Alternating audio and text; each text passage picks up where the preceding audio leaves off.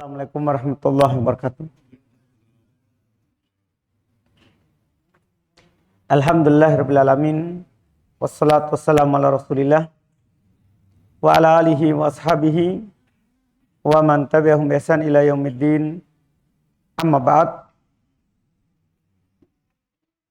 Kaum muslimin jamaah salat maghrib rahimani wa rahimakumullah.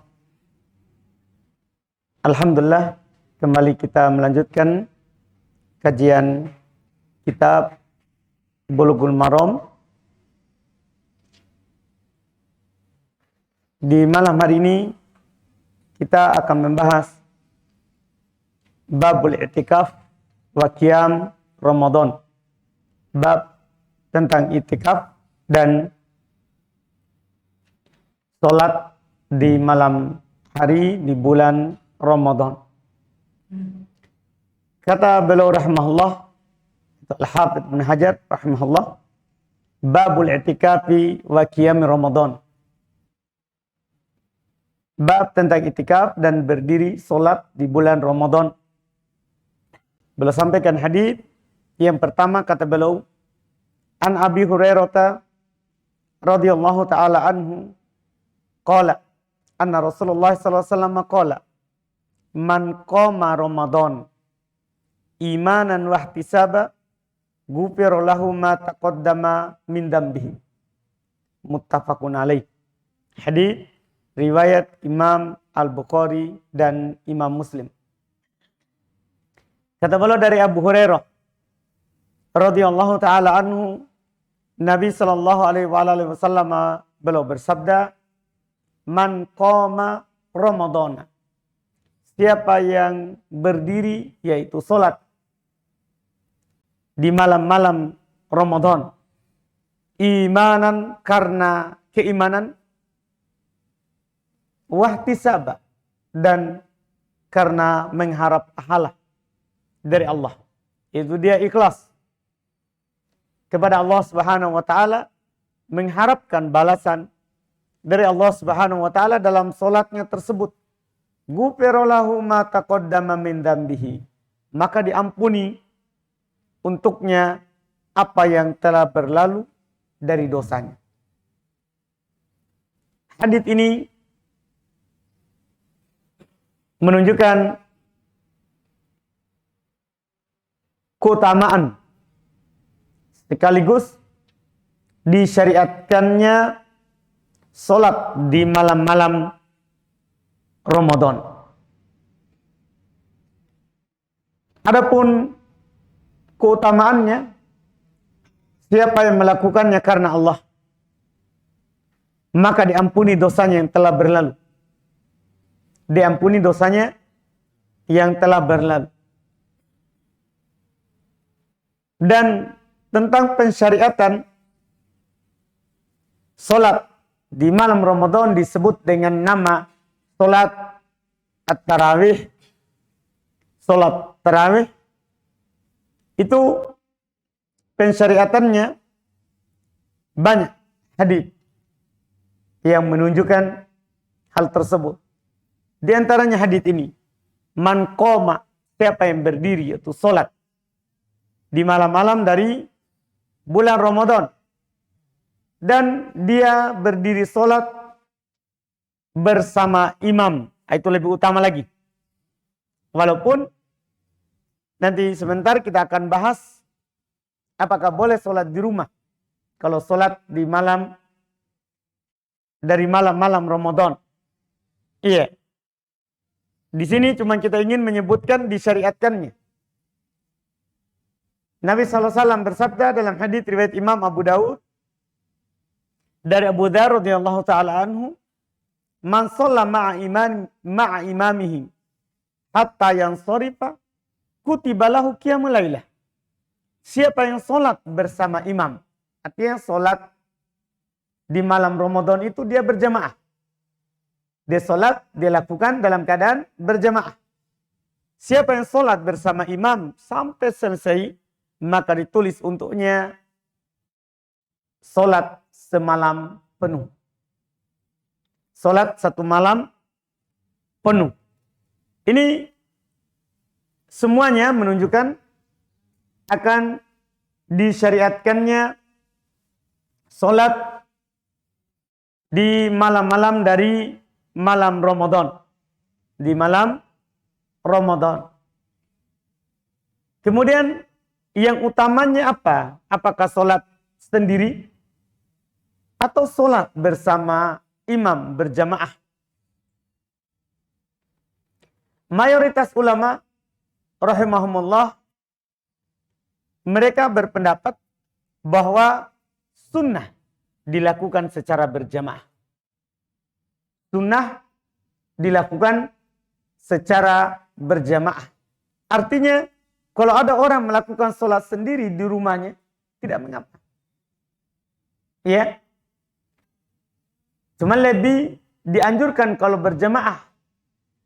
Karena beberapa alasan.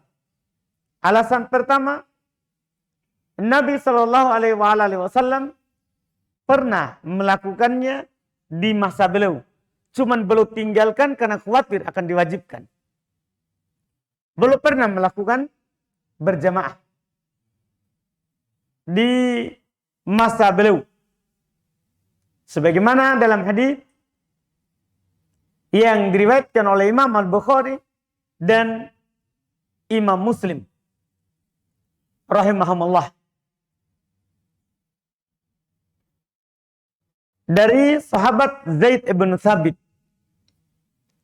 Beliau menukil bahwa Rasulullah SAW pernah keluar solat di masjid. Tatabba ilaihi rijalun waja'u yusalluna bi solatih.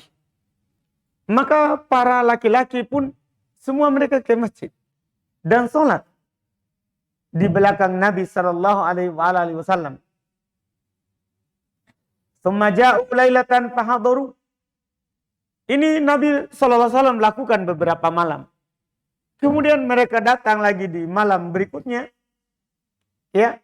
Nabi sallallahu alaihi wasallam tidak keluar ke mereka. Para sahabat menantinya. Mereka tidak sholat menunggu Nabi sallallahu alaihi wasallam keluar seperti yang kemarin. Yang sebelum-sebelumnya. Maka Nabi sallallahu alaihi wasallam ya, ketika melihat itu, ya, melihat apa yang mereka lakukan, datang, Nabi tetap tidak keluar. Padahal mereka sudah ramai. Bahkan disebutkan mereka mengangkat suaranya supaya Nabi mendengar dan Nabi keluar. Ya. Bahkan disebutkan oleh Zaid bin Thabit wahasabul bab. Mereka sampai mengetuk pintu. Tapi Nabi tetap tidak keluar. Nabi tetap tidak keluar. Setelah berlalu, Nabi Shallallahu Alaihi Wasallam ya keluar kepada mereka dan belum mengatakan, saya mengetahui apa yang kalian lakukan.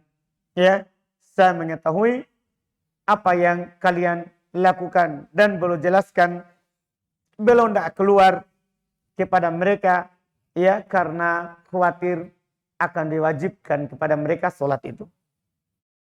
Iya. Sehingga dari sini ketika Nabi SAW melakukannya secara berjamaah dan beliau tinggalkan karena khawatir akan diwajibkan, maka di masa Khalifah Umar bin Khattab beliau hidupkan ini. Sunnah ini. Karena sudah tidak ada lagi wahyu. Sudah tidak ada lagi dikhawatirkan akan wajibnya. Karena zaman wahyu dengan meninggalnya Nabi kita Muhammad SAW itu sudah selesai. Dihidupkanlah oleh Umar bin Khattab radhiyallahu ta'ala anhu dengan solat berjamaah di masjid sampai masa kita sekarang ini. Mulai dari situ sampai sekarang ini itu dilakukan secara berjamaah. Dan boleh di rumah. Boleh di rumah. Karena ini sunnah berjamaah dengan alasan karena Nabi melakukannya. Juga alasan kedua karena Umar ibn Khattab, khalifah yang kedua, juga mengajak orang untuk melakukannya.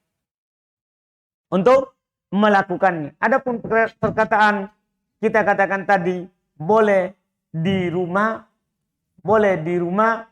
kata karena di dalam sebagian riwayat dalam riwayat Imam Al-Bukhari dan Imam Muslim, Nabi SAW menasihatkan para sahabat kala mereka menunggu untuk dilakukan sholat di masjid bersama Nabi SAW.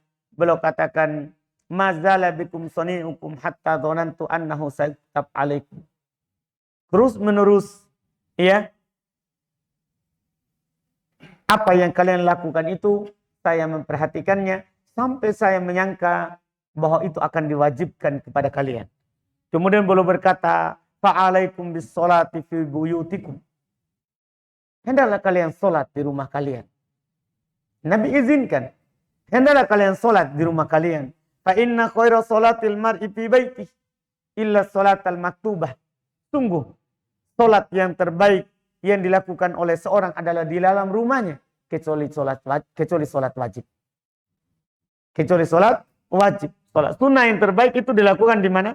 Di rumah, termasuk sholat tarawih.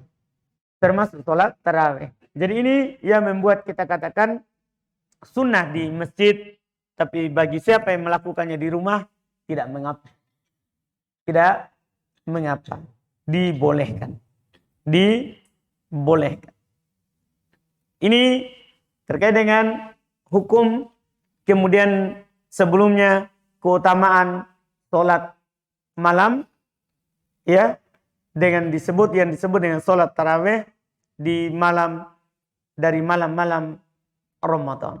Dari malam-malam Ramadan. Adapun sisi kenapa dinamakan dengan sholat tarawih, karena di dalam sholat tarawih itu sunnah untuk beristirahat. Ya, apakah antara 2 rakaat atau 4 rakaat. Ya, itulah dinamakan dengan tarawih, kan ada istirahatnya. 2 rakaat istirahat, 2 rakaat istirahat, atau 4 rakaat istirahat, 4 rakaat istirahat. Ya, itu sisi penamaannya. Sebagaimana sholat malam dinamakan sholat tahajud karena kita bangun dari tidur menjauhi tempat tidur. Makanya dinamakan sholat tahajud. Dinamakan sholat tahajud. Semuanya sholat malam. Semuanya sholat malam. Tapi kalau dilakukan dengan cara istirahat itu namanya sholat tarawih. Kalau dilakukan setelah tidur dinamakan sholat tahajud. Semuanya disebut secara umum dengan sholat malam. Semuanya disebut secara umum dengan sholat malam. Ini disunahkan dari awal Ramadan sampai akhirnya. Hanya saja 10 terakhir itu lebih dianjurkan lagi untuk menghidupkannya. 10 terakhir itu lebih dianjurkan lagi untuk menghidupkannya.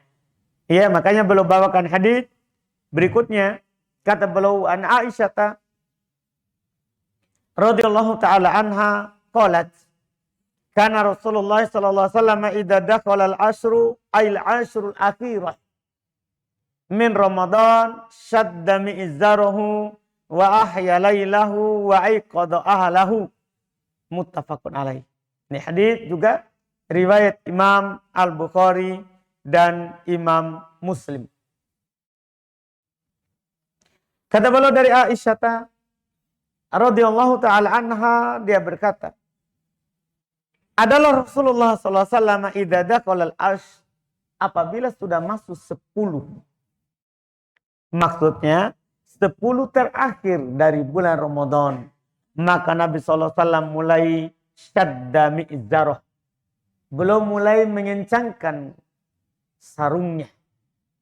Kata para ulama ini kinayah dari 2 hal, 2 perkara. Yang pertama, dia kencangkan tali, ya, kencangkan sarungnya, maksudnya adalah i'tazala nisa'ah. Belum menjauhi istrinya. Belum menjauhi istrinya.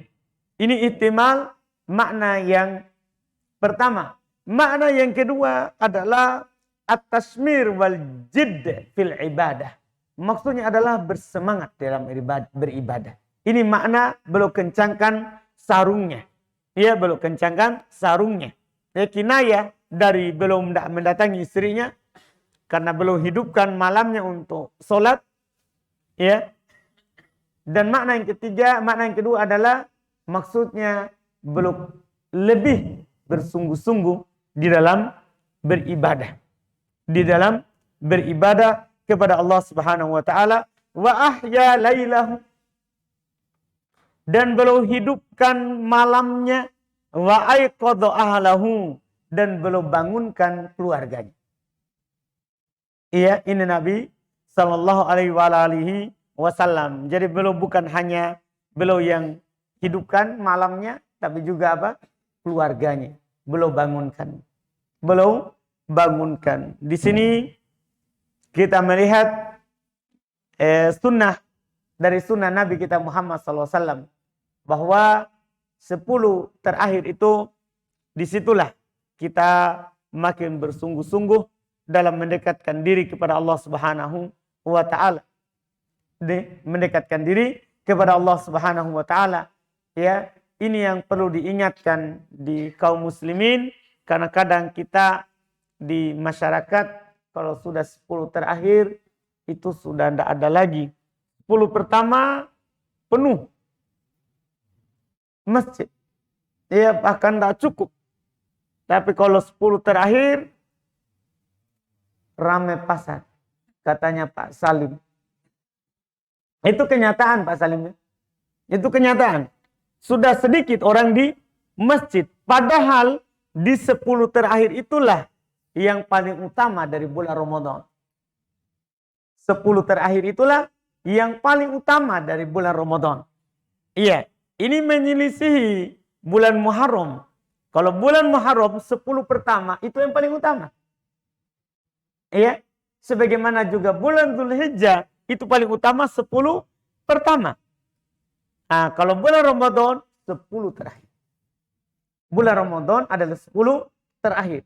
Makanya di sini Nabi kita Muhammad SAW mencontohkan kepada kita. Dan Nabi kita adalah tentunya sudah kita maklumi bersama uswatun hasanah. Suri teladan yang terbaik untuk kita umat Islam. Karena juga Nabi SAW katakan innamal amalu bil khawatim. Amalan itu tergantung penutupnya, bukan tergantung awalnya. Ya, kalau awalnya kita semangat tapi akhirnya kita sudah jadi hamba pasar, bukan lagi hamba masjid, bukan hamba Allah, itu penutup yang tidak bagus. Makanya setelah Ramadan dengan saat Ramadan itu sama saja, tidak ada perubahan. Tidak ada perubahan.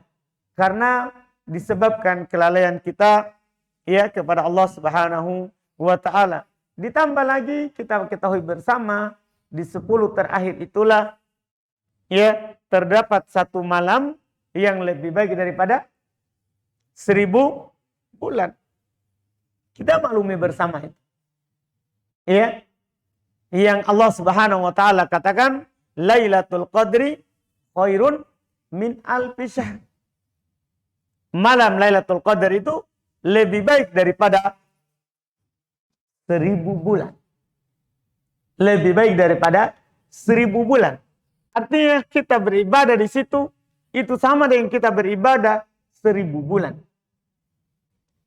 Keutamaan dari Allah Subhanahu wa taala. Oleh karena itu Nabi kita Muhammad SAW menghidupkan malam itu. Yang mana malam Lailatul Qadar itu ada pada 10 terakhir. Kemudian di 10 terakhir itu lebih ditekankan di malam-malam ganjilnya. Di malam-malam ganjilnya. Itu mulai dari 10 yang di malam pertama dari 10. Kan itu malam 21. Malam 21. Kemudian di malam 23. Kemudian di malam 25, 27, 29. Itu yang terakhir. Dari malam yang diharapkan padanya malam Lailatul Qadar. Yang sangat dianjurkan bagi kita untuk menghidupkan di malam-malam itu, karena malam Lailatul Qadar itu adalah rahasia Allah Subhanahu wa taala. Adalah rahasia Allah Subhanahu wa ta'ala. Nabi saja Nabi kita Muhammad SAW, baru dikatakan, uritu Lailatul Qadar. Saya diperlihatkan malamnya. Tapi belum buat lupa terhadap perkara tersebut. Hikmahnya besar. Tentunya supaya kita menghidupkan malam-malam 10 itu dengan harapan bertepatan dengan malam Lailatul Qadar. Karena kalau sudah ditentukan, sudah ada orang akan kejar hanya malam Lailatul Qadar. Selainnya berarti dia menghilang lagi. Ini tentunya hikmah yang banyak dari Allah Subhanahu wa taala untuk kita. Walaupun kita kalau misalnya tidak bisa sama sekali untuk menghidupkan setiap malam dengan satu malam penuh, di sana ada malam-malam yang disebutkan oleh para ulama kita berdasarkan hadits Nabi SAW, malam yang paling diharapkan untuk turunnya malam Lailatul Qadar di situ, yaitu di malam ke-27. Di malam ke-27 itu yang paling diharapkan. Itu yang paling diharapkan. Ini terkait dengan utamanya 10 terakhir.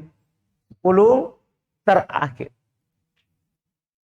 Beliau tentang qiyam, beliau hanya menyebutkan 2 hadis. Setelah itu beliau sebutkan tentang itikaf. Hadis-hadis tentang itikaf.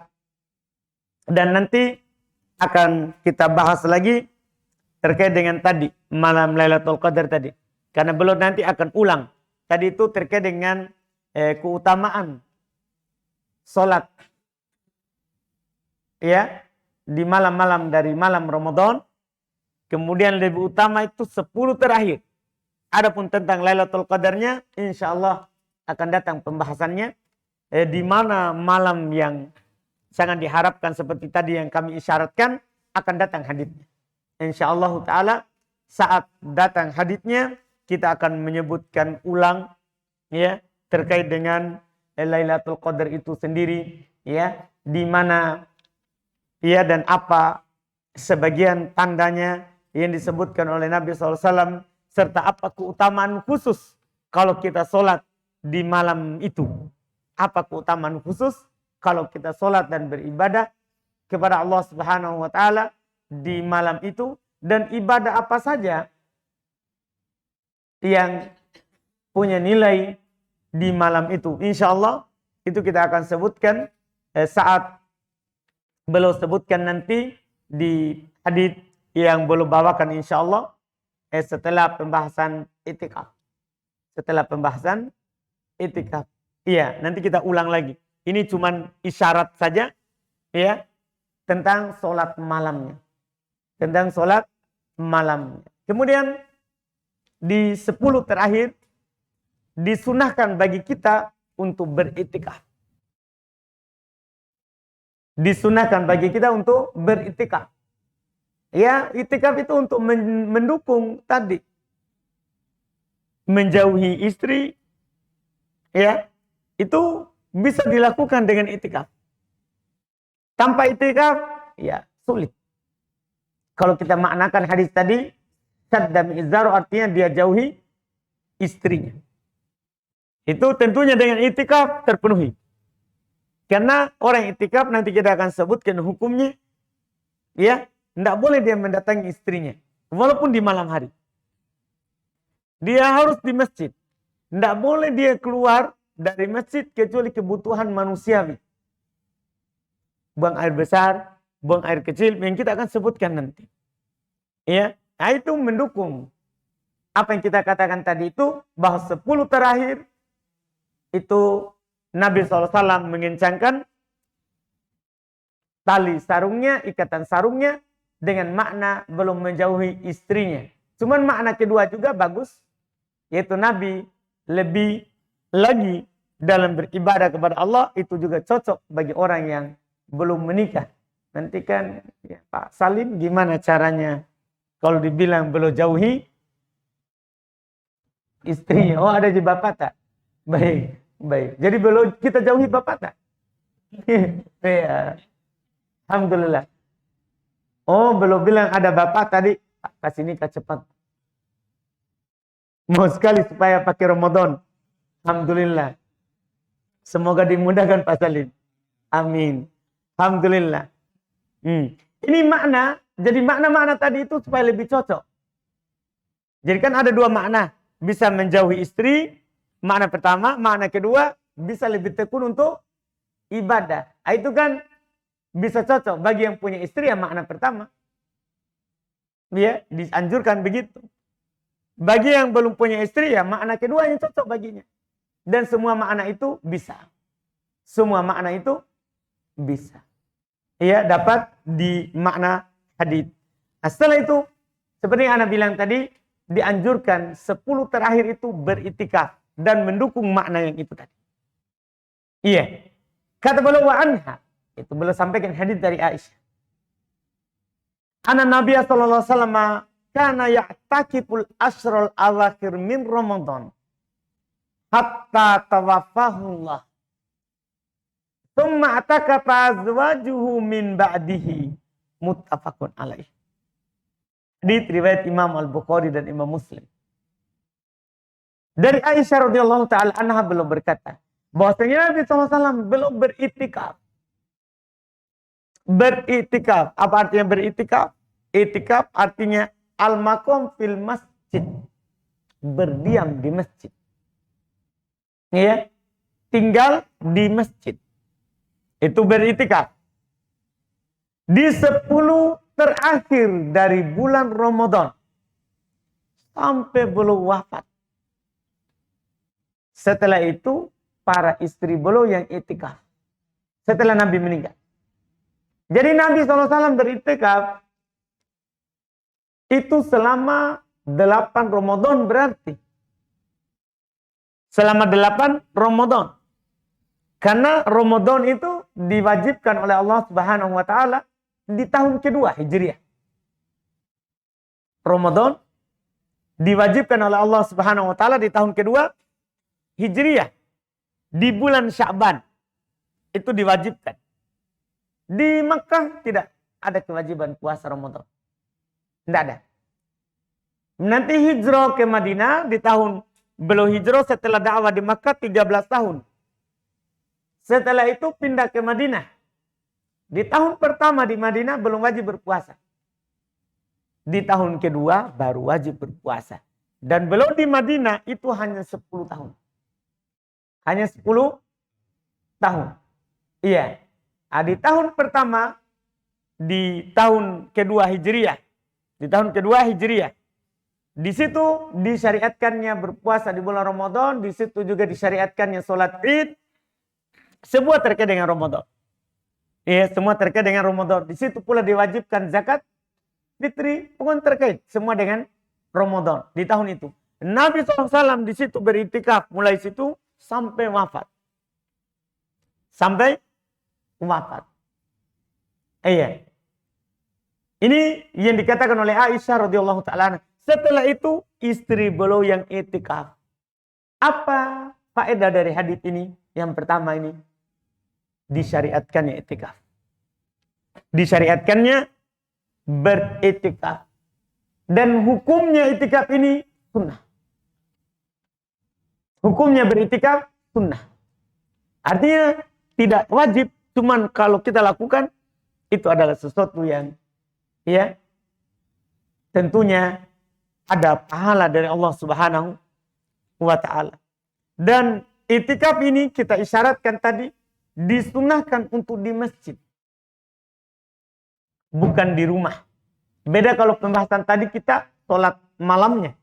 Boleh kita sholat di rumah. Walaupun sunnah di masjid. Kalau itikaf sunnah di masjid. Tidak berlaku di rumah. Tidak berlaku di rumah. Karena memang Allah Subhanahu wa ta'ala katakan di dalam Al-Quran. Wa antum akifuna fil masajid. Dan kalian beritikaf di masjid. Dan kalian beritikaf di masjid. Cuman mereka berselisih pendapat yaitu para ulama kita, apakah dipersyaratkan masjid yang ada jamaahnya, ada sholat Jumatnya, atau boleh walaupun hanya dipakai untuk sholat jamaah. Itu mereka berselisih. Para ulama madhab berselisih pendapat terkait dengan hal tersebut. Sebagian para ulama, ya, rahimahumullah ta'ala, ada yang berpendapat, ya, dia harus di masjid yang dipakai untuk Jumat. Tidak cukup hanya dipakai untuk berjamaah. Alasan mereka adalah karena nanti kalau Jumatan dia akan pergi ke masjid lain. Berarti mengharuskan dia apa? Keluar. Ini tidak sesuai dengan makna apa? Itikaf. Itikaf adalah apa? Berdiam di masjid. Berdiam di masjid. Ini alasan mereka bahwasannya disunahkan harus masjid yang ditegakkan padanya Jumat. Ini pendapat dari Imam Syafi'i rahimahullah. Belum persyaratkan harus masjid yang ditegakkan, ya, Jumat di situ. Ini dari pendapat Imam Syafi'i rahimahullah. Sementara Imam Ahmad, demikian pula Imam Abu Hanifah, ya, demikian pula Imam Abu Hanifah, mereka berdua berpendapat dia boleh di masjid, ya, walaupun di masjid itu hanya ditegakkan sholat berjamaah 5 waktu. Sholat berjamaah 5 waktu. Walaupun tidak ada sholat Jumatan. Adapun pendapat yang tadi bilang nanti kalau dia di masjid yang tidak ada Jumatnya akan keluar, itu kan kebutuhan. Itu dimaafkan karena kebutuhan. Dan juga kan kita perginya ke masjid. Bukan ke rumah. Bukan ke rumah. Kita pergi ke masjid. Dan memang itu kebutuhan. Karena itu adalah kebutuhan. Dua pendapat ini, ya, bagi yang mau hati-hati, cari masjid yang ada Jumatannya itu lebih bagus. Lebih aman. Walaupun boleh, ya, kita katakan di masjid yang ada padanya sholat 5 waktu. 5 waktu. Karena dari dua pendapat ini sama-sama punya alasan yang kuat. Dan memang karena Allah subhanahu wa ta'ala katakan di dalam Al-Quran, wa antum akifuna fil masajid. Dan kalian itikaf di masjid. Situ kan tidak ada dibilang masjid yang ditegakkan apa? Jumat. Tidak ada. Tidak ada persyaratan itu di dalam Al-Quran. Di dalam Al-Quran. Yang jelas tidak sah pada selain masjid. Itu disepakati. Itu disepakati. Iya. Kata Al-Imam Ibnu Qudamah rahimahullah, wala yasihul itikaf fi ghairi masjid. Tidak sah itikaf pada selain masjid. Bahkan perempuan, kalau dia mau itikaf, maka sunahnya itikaf di masjid. Bukan di rumahnya. Padahal kan perempuan apa yang utamanya? Sholat wajib saja. Utamanya di mana? Di rumahnya, perempuan. Kalau dia ke masjid, tidak apa-apa. Tidak boleh dilarang. Tapi yang paling utama dia sholat di rumahnya. Tapi bersamaan dengan itu, itikaf, dia tetap dianjurkan di mana? Di masjid. Sebagaimana istri Nabi kita Muhammad SAW, beliau juga beritikaf di masjid. Beliau juga beritikaf di masjid. Ini yang disebutkan terkait dengan masalah pertama dari masalah iktikaf. Adapun masalah kapan masuk iktikaf, insya Allah kita akhirkan nanti ada hadisnya. Ya kan iktikaf 10 terakhir. Dari 10 terakhir itu kapan waktu masuknya? Nah, nanti hadis yang berikutnya. Nanti hadis yang berikutnya kita akhirkan insya Allah. Di pertemuan lagi berikutnya kita masuk di tanya jawab. Kalau ada pertanyaan, silakan. Terima kasih banyak Ustaz. Insya Allah ada dua pertanyaan saya pada malam ini. Ustaz yang kami hormati dan majelis yang kami hormati. Tapi sebelum saya tanyakan pertanyaan saya oleh Ustaz, saya akan menjawab ucapan pertanyaan Ustaz minggu lalu. Barangkali cuma kita saja yang dengar, karena kecil sekali Ustaz.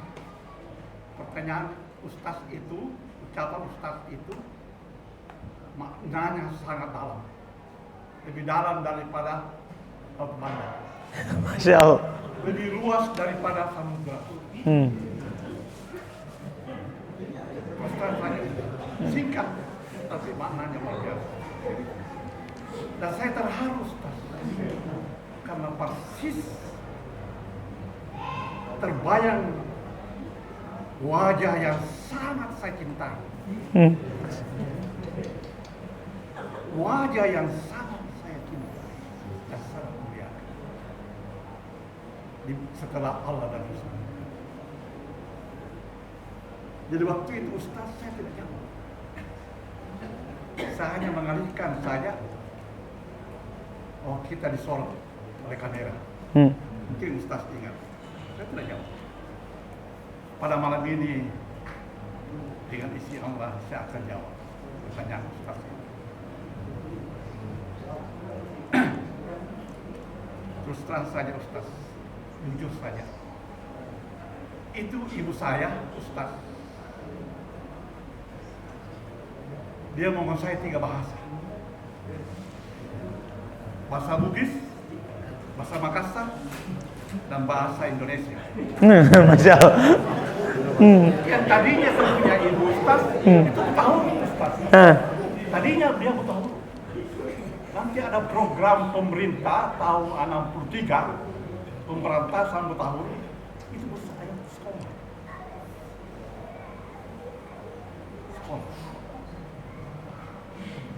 Dan habis asar sampai menjelang maghrib dibawa keluar rumah ibu-ibu pada waktu itu. Waktu saya, singkat saja Ustaz, waktu saya, ini jawaban ini Ustaz. Waktu saya masuk di SMA Ustaz, itu tahun 63, tidak salah. Ibu saya memanggil saya, Nak Rahim. Dia bahasa Bugis Ustaz, karena memang dia orang Sinjai, lahir di Sinjai Ustaz. Dan dia bahasa Makassar karena pernah tinggal di Bantaeng dan nikah di Bantaeng dengan ayah saya. Dia panggil saya, menenge nasen kuange milau la dia tadi. Ini bahasa Bugis. Artinya, Pak? Nanti saya kasih tahu. Iya, baik. Menenge nasen milau kungalatala la dia tadi. Tapi Allah itu tidak meminta. Allah itu tidak butuh. Yang butuh itu kita sampai. Saya diminasi nel laut. Dan kita nasib ini hamba nasib, atanda nasib. Saya ditombi di laut di pengelatan. Dia namanya. Dia bilang lagi bahasa Makassar. Sendahinya nakana karena ta'ala apala kiriatan saya begini apala. Dikata dia ditombi di pala. Dia mana jangan.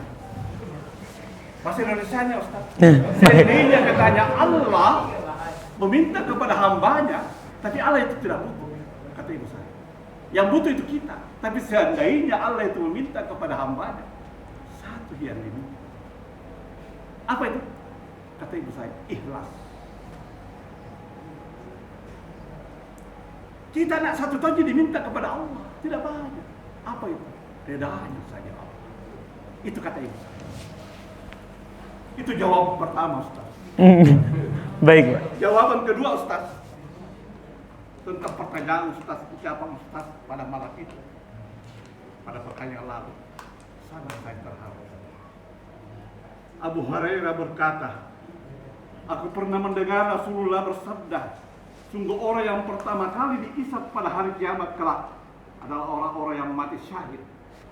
Orang itu didatangkan ke hadapan Allah Kemudian diberitahukan kepadanya kenikmatan yang telah didapatkan, dan ia pun mengetahuinya. Allah berfirman, apa yang telah engkau lakukan padanya? Orang itu menjawab, aku berperang karenamu, hingga aku mati syahid. Allah berfirman, engkau dusta. Sebenarnya engkau berperang supaya engkau dikatakan sebagai pemberani, dan itu telah dikatakan. Kemudian diperintahkan agar diseret mukanya dan melemparkannya ke dalam neraka. Kedua, orang yang belajar ilmu, mengajarkannya dan membaca Al-Quran, maka orang itu didatangkan ke hadapan Allah, kemudian diberitahukan kepadanya kenikmatan itu, dan ia pun mengetahuinya. Allah berfirman, apa yang telah engkau lakukan padanya? Orang itu menjawab, aku belajar ilmu, mengajarkannya dan membaca Al-Quran karenamu Allah. Allah berfirman, engkau dusta. Sebenarnya engkau belajar ilmu supaya engkau disebut sebagai seorang alim, dan engkau membaca Al-Quran supaya engkau dikatakan sebagai qari. Dan itu telah dikatakan, kemudian diperintahkan agar diseret mukanya dan melemparkannya ke dalam neraka. Dan ketiga, orang ketiga, orang yang telah diberikan keluasan rezeki oleh Allah, maka orang itu didatangkan di hadapan Allah, kemudian diberitahukan padanya kenikmatan itu, dan ia pun mengetahuinya. Allah berfirman, apa yang telah engkau lakukan padanya? Orang itu menjawab, aku tidak biarkan satu jalan pun yang engkau ridai, ya Allah, untuk berinfak, kecuali aku menginfakkannya. Allah berfirman, engkau bohong. Sebenarnya engkau melakukan hal itu supaya engkau dikatakan sebagai dermawan, dan itu telah dikatakan, kemudian diperintahkan agar diseret mukanya lalu dilemparkannya ke dalam neraka. Hadis riwayat Imam Muslim, kitab Imarah nomor 1905. Itu jawaban saya, Ustaz. Masya Allah. Pertanyaan saya, Ustaz,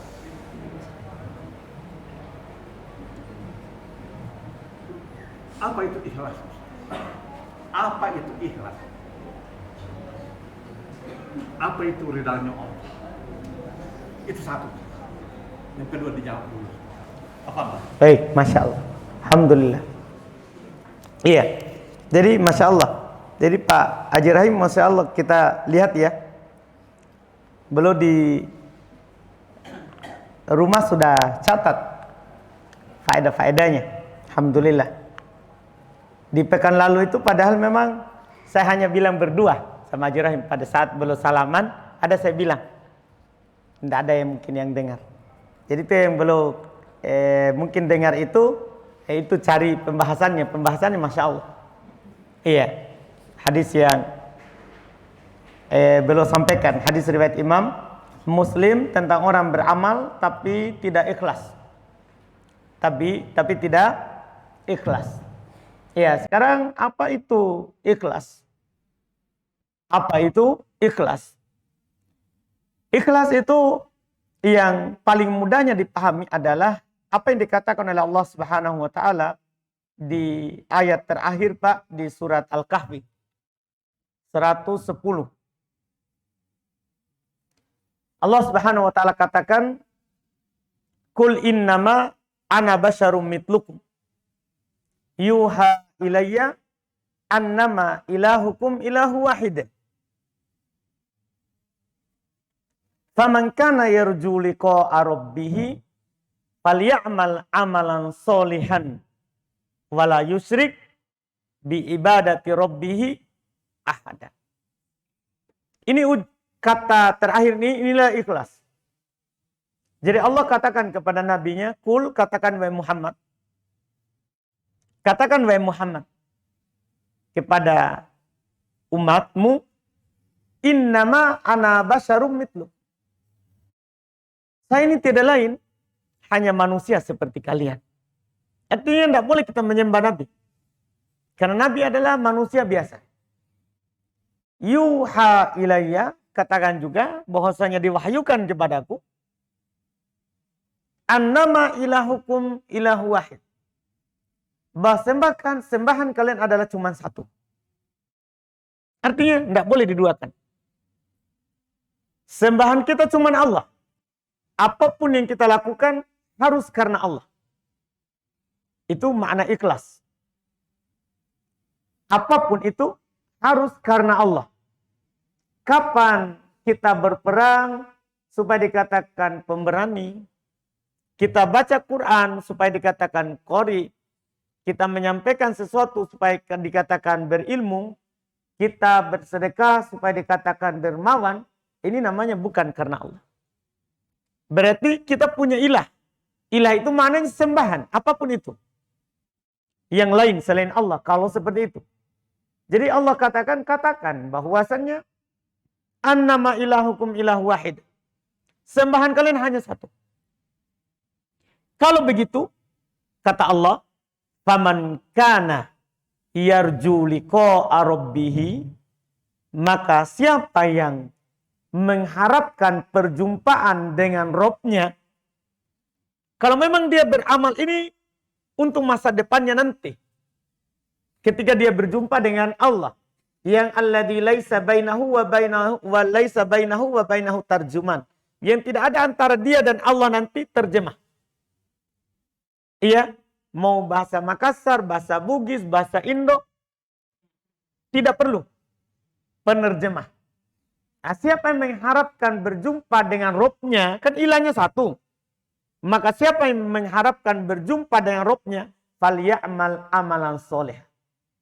Hendaklah dia beramal amalan soleh. Amalan soleh itu syarat pertama. Hendaklah dia beramal. Dan dalam beramalnya, lanjutannya. Inilah dibilang ikhlas. Dia beramal amalan soleh karena sembahannya cuma Allah. Terus, wala yusrik bi ibadati rabbi ahada, dan tidak menduakan dengan peribadatan itu kepada Robnya dengan seorang pun. Itu makna ikhlas. Dia melakukan amalan hanya untuk ilah yang satu, tidak syirik, tidak menduakannya dengan apapun. Ahad sini Pak, apapun, tidak kepada nabi, malaikat, apapun itu, orang soleh, siapapun, itu namanya ikhlas. Itulah makna ikhlas yang disebutkan di dalam ayat terakhir tadi dari surat Al-Kahfi. Ya, sering kita baca, tapi itulah ikhlas. Itulah ikhlas. Beribadah hanya untuk Allah, tinggalkan syirik, apakah riya, sum'ah, dan yang semisalnya. Dan yang semisalnya. Itulah ikhlas. Ridho Allah itu tadi. Faman kana yarju, itu siapa yang mengharapkan ridho Allah. Ridho Allah artinya ridhonya Allah, bukan murkanya. Ia mengharap perjumpaan dengan Allah. Ia ingin dia bertemu dengan Allah Subhanahu wa taala dalam keadaan wajahnya berseri-seri, dalam keadaan wajahnya berseri-seri. Nanti ketika dia berbicara dengan Allah Subhanahu wa taala, itu diantara maknanya Pak, mungkin itu yang paling mudah dipahami karena langsung Allah Subhanahu wa taala yang menyebutkannya. Yang menyebutkannya. Ada juga sebenarnya maknanya ada di surat Al-Bayyinah, ya, makna ikhlas itu. Ada di ayat dalam surat apa? Al-Bayyinah. Mungkin banyak yang kita hafal, yaitu wa ma umiru illa liya'budullaha mukhlisina lahuddin hunafa. Iya, tidaklah mereka diperintah kecuali beribadah kepada Allah ikhlas. Gimana itu beribadah kepada Allah Subhanahu wa taala yang ikhlas? Dia hunafa, dia lurus dalam beribadahnya, tidak bengkok. Tidak bengkok. Dia hanya beribadah ya dengan apa yang Allah Subhanahu wa taala syariatkan, dan ia menegakkan agama seluruhnya untuk Allah Subhanahu wa taala. Itu makna yang terkait dengan itu. Kedua Pak? Terima kasih banyak sebelumnya atas penjelasan. Alhamdulillah. Saya langsung tanya. Alhamdulillah. Pertanyaan kedua Ustaz. Surah Al-Araf ayat 179. Barangkali anak Taslim menghafal ayat ini. Barangkali anak Taslim. Anak Taslim? Barangkali kita hafal ini ayat. Iya, baik. Surat Al-A'raf ayat 179. Kita tidak hafal. Coba kita sebutkan Pak, siapa tahu nanti langsung ingat Pak Salim. Al-A'raf. Saya tanya dulu. Lupa barangkali. Atau tidak hafal. Sampai ayat ke-20 juga saya hafal. Oh iya. Iya. Sampai Kalau begitu sama. Saya juga. Berarti perlu mengaji. Baik, alhamdulillah.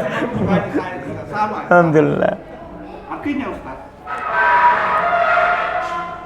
dan sungguh akan kami isi neraka jahanam banyak dari kalangan jin dan manusia. Mereka memiliki hati, tetapi tidak dipergunakan untuk memahami ayat-ayat Allah. Dan mereka memiliki mata, tetapi tidak dipergunakannya untuk melihat tanda-tanda kebesaran Allah. Dan mereka mempunyai telinga, tapi tidak dipergunakannya untuk mendengarkan ayat-ayat Allah. Mereka seperti hewan ternak, bahkan lebih sesat lagi. Mereka itulah orang-orang yang benar. Apa makna ayat ini, Ustaz? Mohon kajian sedikit. Kenapa hanya 3 komponen yang ada pada diri manusia ini saja yang difirmankan oleh Allah dan Rasulnya?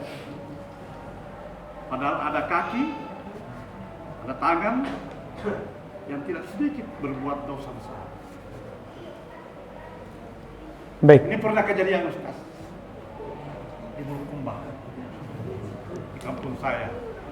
Ada seorang menghadapi sakaratul maut 7 hari 7 malam. Tersiksa. Saya dengan pendiri pesantren Babul Khair di Bulukumba, Kiai Haji M. Nasir. Setiap habis salat maghrib saya ke rumahnya menuntun beliau ini. Padahal ini beliau patuh sekali tentang ajaran Allah. Dia rajin ke masjid, beribadah, berjamaah. Tapi telah ditelusuri Ustaz di keluarganya, istrinya, anaknya, dicerita bahwa beliau ini pernah menendang ibunya. Pernah menendang ibunya. Ini saya tanyakan. Kenapa? Bukan kenapa. Ya. Hanya 3 komponen saja ini yang difirmankan oleh Allah. Baik. Alhamdulillah. Jadi yang belum sebutkan tadi di surat Al-A'raf ayat 179. Itu firman Allah Subhanahu wa taala la amla'anna jahannam. Laqad kana. Terus? Iya, itu kan setelahnya, Pak. Awalnya tadi kan sungguh kami akan memenuhi neraka jahanam. Itu kan saya sebutkan awalnya. Betul. Dah? Bahwa jahanam itu akan dipenuhi dengan jin dan manusia. Awalnya ayatnya seperti itu tadi. Terus disebutkan mereka punya mata, mereka punya hati, tapi tidak bisa dipakai untuk memahami. Mereka punya mata, tidak pakai untuk melihat. Mereka punya telinga, tapi tidak dipakai untuk mendengar. Iya, pertanyaan Pak Haji Rahim. Ya, kenapa 3 itu disebut? Karena 3 itulah, Pak, seorang bisa pakai memahami ayat-ayat Al-Quran, apakah ayat syariah, bahkan dengan ayat kauniyah. Ayat kauniyah itu, Pak, alam semesta ini. Ya, dengan 3 itulah, Pak, dia pakai. Dia melihat, dia pikirkan, pahami dengan hatinya. Dia mendengar, dia pahami dengan hatinya. Jadi 2 ini sebab masuknya telinga sama mata. Kemudian hatinya yang dia pakai memikirkan. 3 itulah. Makanya disebutkan 3 itu. Ya, karena itu namanya alat untuk mengidrok. Alat masuknya ilmu. Iya, dia lihat, dia dengar. Ya, atau dia dengar saja, tidak lihat. Karena orang buta bisa juga berilmu. Karena dia cuma dengar. Ya, atau dia tidak bisa mendengar tapi dia bisa melihat. Masuk juga ilmu. Setelah itu dicerna oleh hatinya. 3 itu namanya alat untuk berilmu, Pak. Makanya disebutkan oleh Allah Subhanahu wa taala 3 itu. Siapa yang tidak menggunakan 3 itu maka tidak beriman. Tidak akan beriman. Iya. Tidak akan beriman. Kalau ada orang punya hati tapi tidak bisa pakai untuk memikirkan, menerima, mengkaji. Punya telinga tapi tidak dipakai untuk mendengarkan Quran. Punya mata tapi tidak dipakai untuk melihat. Maka ulaika kal an'am. Mereka itu seperti hewan ternak. Hewan ternak kan punya telinga, punya mata, tapi tidak punya hati. Tidak punya hati. Iya. Maka mereka itu seperti hewan ternak, balhum adol. Bahkan kata Allah mereka lebih sesat. Mereka lebih sesat. Jadi kalau kita tanya, kenapa 3 itu? Padahal ada kaki. Padahal ada kaki, ada tangan. Karena ini bukan alat untuk menerima ilmu. Bukan alat untuk menerima ilmu. Jadi yang 3 ini Ustaz, mewakili semua anggota badan. Betul. Apakah tidak sama Ustaz pemahaman saya ketika surah Al-Qumar Allah berfirman, ya ayyuhallazina amanu idza nudiya lis-salati fi yaumil jumu'ah fas'au ila dzikrillahi wa shallu baik. Apabila telah disuarakan panggilan pada hari Jumat, maka bersegeralah, tinggalkanlah semua jual beli. Padahal ada kan orang berkantor. Apakah itu jual beli? Mau kiri semua pekerjaan? Iya, maksudnya itu pak kesibukan. Nggak harus jual beli itu kan menyibukkan. Jadi maksudnya tinggalkan semua yang menyibukkan kalian dari panggilan itu. Nggak harus jual beli. Itu kan wakil, Pak. Syariat itu hanya menyebutkan satu kegiatan, ya kan? Yang biasa orang lakukan. Ya bukan hanya itu saja. Semua kegiatan harus kita tinggalkan. Termasuk semua. Iya, Masya Allah. Alhamdulillah. Baik, terakhir ini ya. Karena masuk waktu. Saya yang luput dari pekan lalu tentang perkara puasa. Janganlah kalian berpuasa pada hari Sabtu kecuali puasa yang telah diwajibkan atas kalian. Saya minta Ustaz dijelaskan secara ringkas saya tentang perkara ini, yang dimana dalam hal ini Imam Malik mengingkarinya, sedangkan Abu Daud mengatakan hadis ini masuk atau telah dihapus hukumnya. Nah dari hadis ini dikatakan bahwa jangan kalian berpuasa pada hari Sabtu kecuali puasa yang telah diwajibkan atas kalian. Dari sampai potongan hadis ini apakah berarti termasuk tentang perkara puasa nasar kita dalam studi kasus ketika kita libur bekerja di hari Sabtu Ahad saja. Itu satu. Terus yang kedua tentang perkara itikaf tadi, bagaimana ketika kita ingin sebenarnya sahur atau berbuka, apakah itu juga masuk ketika kebutuhan kita boleh keluar? Yang dalam hal ini contoh saja Ustaz perkara itikaf.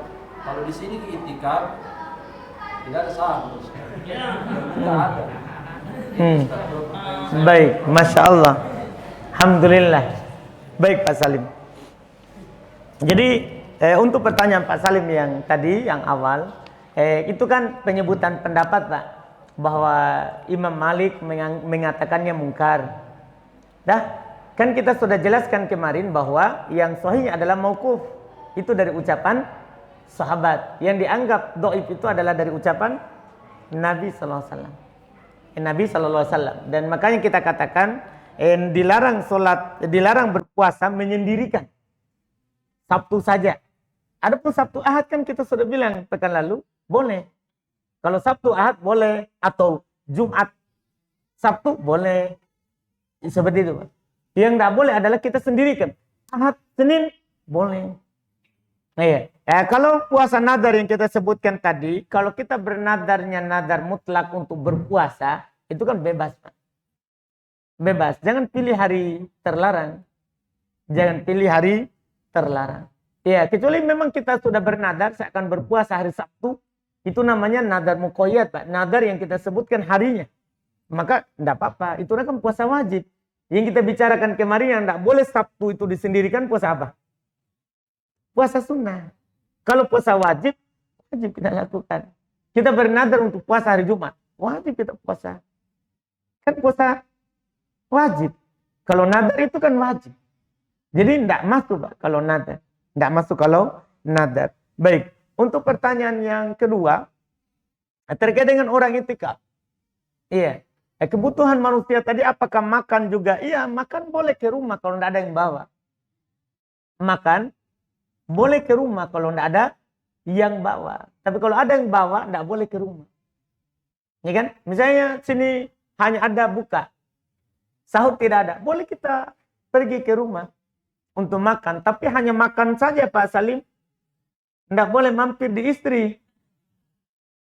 Kalau ada, insya Allah ada nanti. Cepat. Kan Bapak udah dengar. Alhamdulillah. Udah? Alhamdulillah. Iya. Kalau ada. Dah? Tapi ada nanti insya Allah. Iya. Jadi yang perlu diperhatikan itu tadi. Jadi bukan berarti tidak boleh pergi makan. Itu namanya masuk dalam hajat insan. Kebutuhan apa? Manusia. Kebutuhan manusia. Kalau tidak ada, kita ke rumah makan. Boleh. Kita ke rumah makan. Seperti itu. Baik. Alhamdulillah. Kita cukupkan apa yang kita ambil di malam hari ini. Subhanallah. Alhamdulillah. Asyhadu an la ilaha illa anta astaghfiruka wa atubu ilaik. Assalamualaikum.